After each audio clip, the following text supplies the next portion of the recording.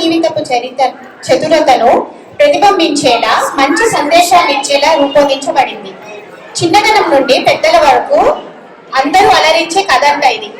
So మీరందరూ చాలా interesting గా వెయిట్ చేస్తున్నారు కదా ఆఫ్టర్ లంచ్ ఎలా ఉంటుందా అని. చాలా హాస్యభరితంగా చాలా చక్కగా ఉంటుందని చెప్తున్నారు. ఎవరు? వేణుగోపాల్ గారి క్లాస్ అండి. సారీ, ప్రసాద్ నిమ్మగడ్డ గారి క్లాస్ వేణుగోపాల్ గారు హెల్ప్ చేస్తున్నారు. మనకి స్టూడెంట్స్ వచ్చేసి అఖిల్ కూనూర్ నరేటర్ చేస్తారండి, హర్ష శాస్త్రిగా చేస్తున్నాడు, శ్రీనిక ఆనే వెంకమ్మ పాత్ర పోషిస్తుంది, సాయి సుహాస్ రంగయ్య పాత్ర, శ్రీనిధి హౌస్ ఓనర్ పాత్ర, అండ్ హృదాంశ్ పోలీస్ లాగా వస్తున్నాడు, వసంత్ డాక్టర్ లాగా, గీతాంజలి భూత వైద్యురాల్ లాగా. వావ్, చాలా చక్కగా ఉన్నాయండి. చాలా ఇంట్రెస్టింగ్ గా ఉండబోతుంది. అందరూ రెడీగా ఉండండి.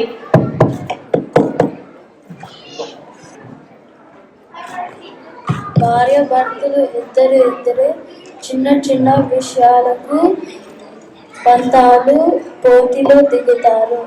అర్థం లేని పంతాలు ఎలాంటి నష్టాలకు దారి తీస్తాయో మీరు తెలుసుకోండి. వెంకమ్మ శాస్త్రి భార్య భర్తలు బీదవాళ్ళు కానీ వాళ్ళకు పట్టుదల ఎక్కువ. ఒకనాడు శాస్త్రి 3 రూపాయలు సంపాదించి ఇంటికి వస్తున్నాడు.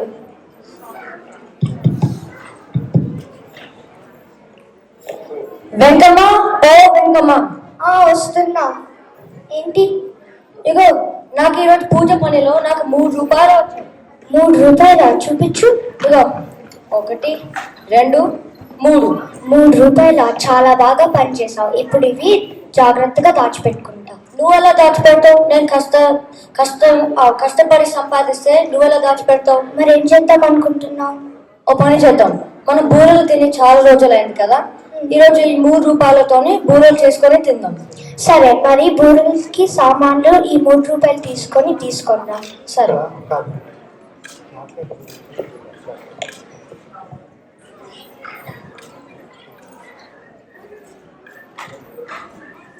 వెంకమ్మ, ఓ వెంకమ్మ.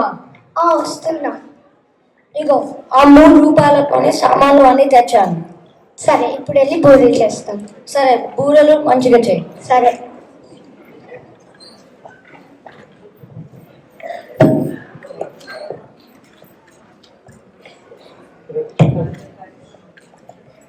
శాస్త్రి, మరి మన ఇంట్లో బూరెలు చేయటానికి బూరెలు మూకట్లేదు. మరి ఏం చేద్దాం? ఓ పని చేద్దాం. పక్కింట్లో ఉన్న రంగయ్య వాళ్ళ ఇంటికి వెళ్ళి నేను బూరెలు మూకటి తీసుకొని వస్తా. సరే.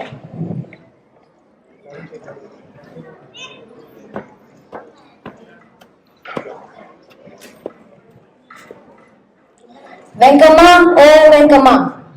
బూరెలు మూకుడు తెచ్చావా? రంగయ్య ఇచ్చాడు. సరే, ఇప్పుడు బూరెలు మంచిగా చేస్తాం. సరే.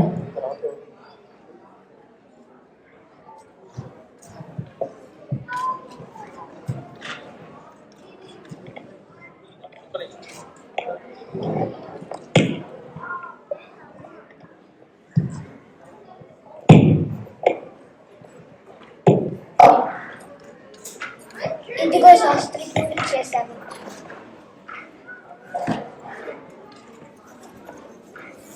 సరే.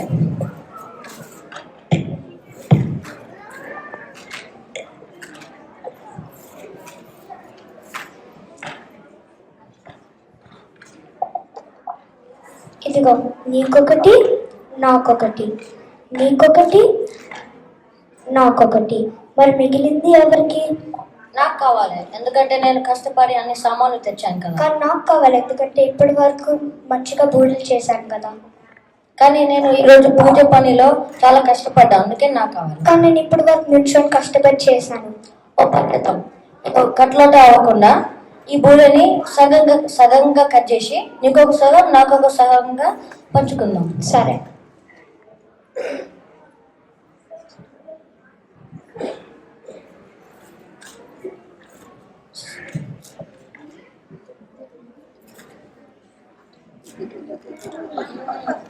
బూరెలు చాలా బాగున్నాయి. నిజంగానే చాలా బాగా చేశాను. అవును. మా ఇది తిన్న తర్వాత నాకు నిద్ర వస్తుంది. నాకు నీకంటే ఆయాసంగా ఉంది. ఇప్పుడు నువ్వు వెళ్ళి మూకుడు మళ్ళీ రంగయ్య వాళ్ళ ఇంటికి ఇచ్చేసాయి. నేనెందుకు ఇవ్వాలి? నువ్వే ఇచ్చేయి. కానీ నేను కష్టపడి చేశాను కదా, నువ్వే ఇచ్చేయి. ఈరోజు నేను పూజ పనిలో చాలా కష్టపడ్డా, అందుకే నాకు ఇప్పుడు నిద్ర వస్తుంది. ఇప్పుడు నువ్వే ఇచ్చేయి. నేను ఇప్పటి వరకు నుంచి కష్టపడి చేశాను, నువ్వే ఇచ్చేయి. ఒక పని చేద్దాం, ఒక ఆట ఆడదాం. ఏమాట? మన ఇంట్లో ఎవరు ముందు మాట్లాడతారో వాళ్ళ వెళ్ళి మూకుడు ఇచ్చి రావాలి. దాంతోనే ఇక్కడ నుంచి ఎవరు చేస్తారో వాళ్ళే ఇచ్చి ఇవ్వాలి. సరే, ఆడదాం రా. మొదలు పెడదాం. శాస్త్రి గారు ఏమన్నారు? శాస్త్రి గారు ఏంటి ఎంత తీరిగ్గా కూర్చున్నారు? మనం పూజ దగ్గరికి వెళ్ళాలి. అరే, నేను మాట్లాడుతుంటే మీరు పలకట్లేదేంది? వెంకమ్మ, మీరన్నా మీ ఆయనకు చెప్పండి త్వరగా తయారవ్వమని, మేము పూజ దగ్గరికి వెళ్ళాలి. అరే, ఎవరు మాట్లాడట్లేదేంది? ఇది చాలా విచిత్రంగా ఉంది. సరేలే, మాట్లాడకపోతే. అరే, పట్టు పంచ చాలా మంచిగా ఉంది, మీరు ఎట్లానో మాట్లాడలేరు కాబట్టి నేను తీసుకెళ్తాను.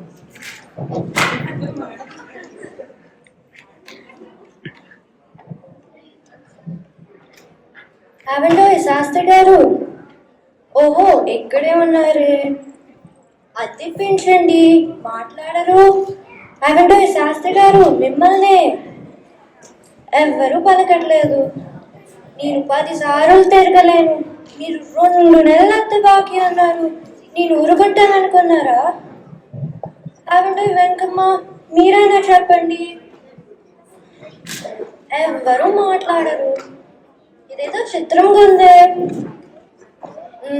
ఇదేదో అద్దె కొట్టే బాప్తలా ఉంది. అద్దెస్తారా ఎవరా? ఇలా కాదు, పోలీసుని పిలిపించి అద్దె నిలబెట్టి వసూలు చేస్తారు.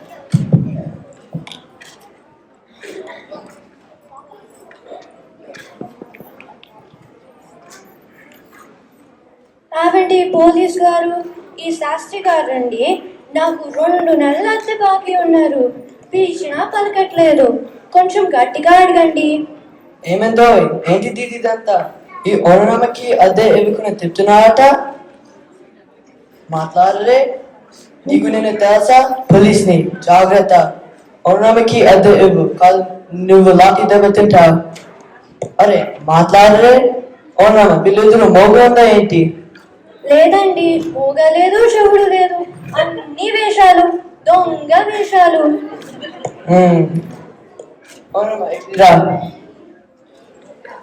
వీళ్ళిద్దరు ఒక జబ్బు ఉంది నా నమ్మకం.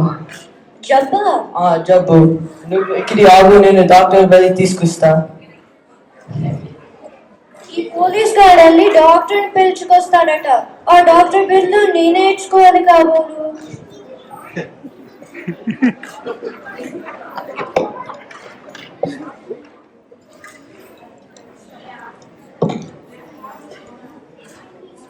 ఏమైంది? ఏంటి మీ చెప్పు? నాకు కాదు బాబు, నాకు కాదు, వాళ్ళకి. నీకా జబ్బు? ఏంటి మీ జబ్బు? ఏంటి? ఏమి మాట్లాడరేంటి? అదేనండి, ఎవ్వరూ పలకట్లేదు, అందుకే మిమ్మల్ని పిలిచాము. ఏది చెయ్యి?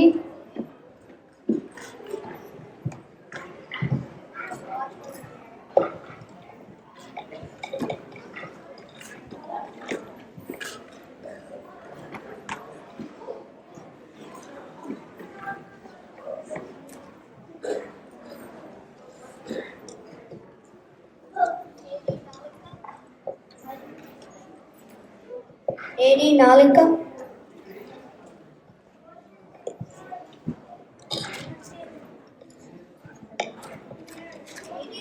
ఏది చెయ్యి?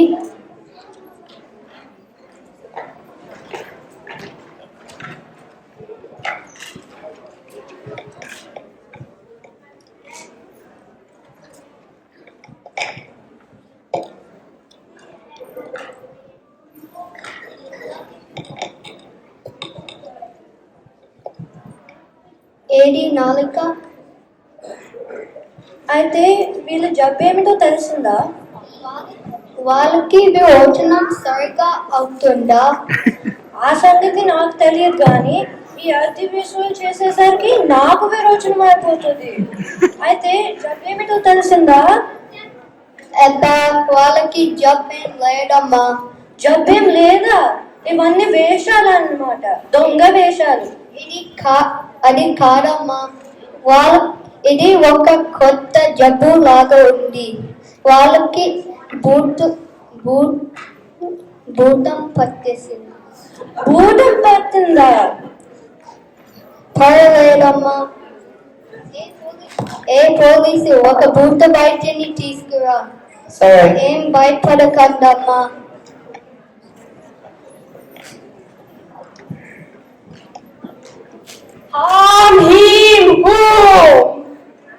బాబోయ్ బాబోయ్, నాకు కాదు వాళ్ళకి. అటు చూడు, వీళ్ళకే నా భూతం పట్టింది.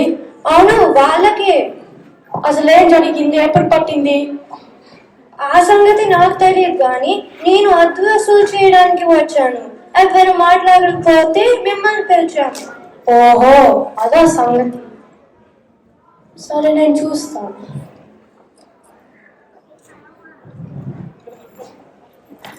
అర్థమైంది. ఇప్పుడే భూతం వదులుకుంటాను. అమ్మ పలకవే, జగదాంబ పలకవే.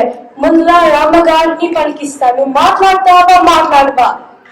నేను 1, 2, 3 అనే లోపల నువ్వు మాట్లాడాలి, లేకపోతే ఈ కళ్ళతో నీ పుర్ర మీద ఒకటి ఆస్తా. 1, 2, 3. అవి నేనే కొట్టాను, నువ్వెలా కొట్టావు? నేనే గెలిచాగా. ఇప్పుడు నువ్వే వెళ్ళి మూకుడు ఇవ్వాలి. అయ్యో, ఏమిటదంతా? ఇప్పుడు మేము పందాలు వేసుకున్నాము. పూరీలు చేసుకోవటానికి మూకుడు తెచ్చాడు.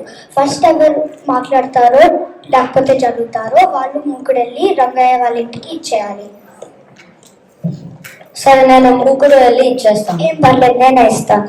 సరే, ఇద్దరం కలిసి ఇచ్చేద్దాం. సరే. ఎందుకే నేను పిలిచా? నా డబ్బు ఏది? సరే సరే ఉండు, ఇదిగో.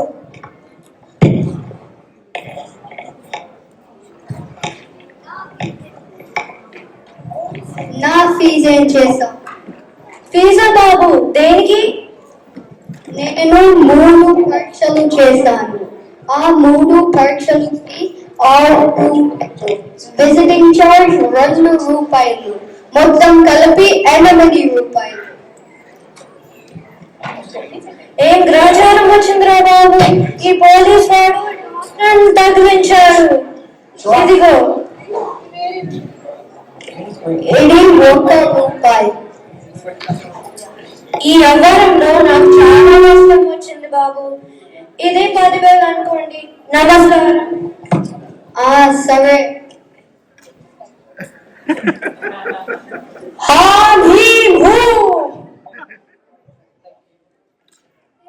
ఇదిగో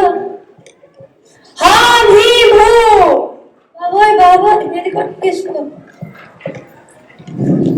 అమ్మయ్యా, పీడ వదిలింది. ఆ దేవుడా, ఈ అద్దె వసూలు చేసేసరికి ఇదంతా వడ్డీ కాబోలు.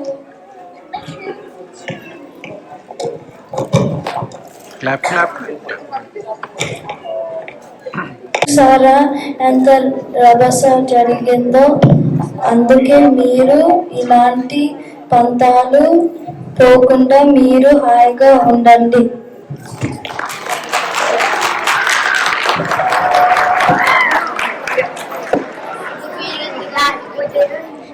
అబ్బా, ఎంత చక్కగా చేశారు కదండి.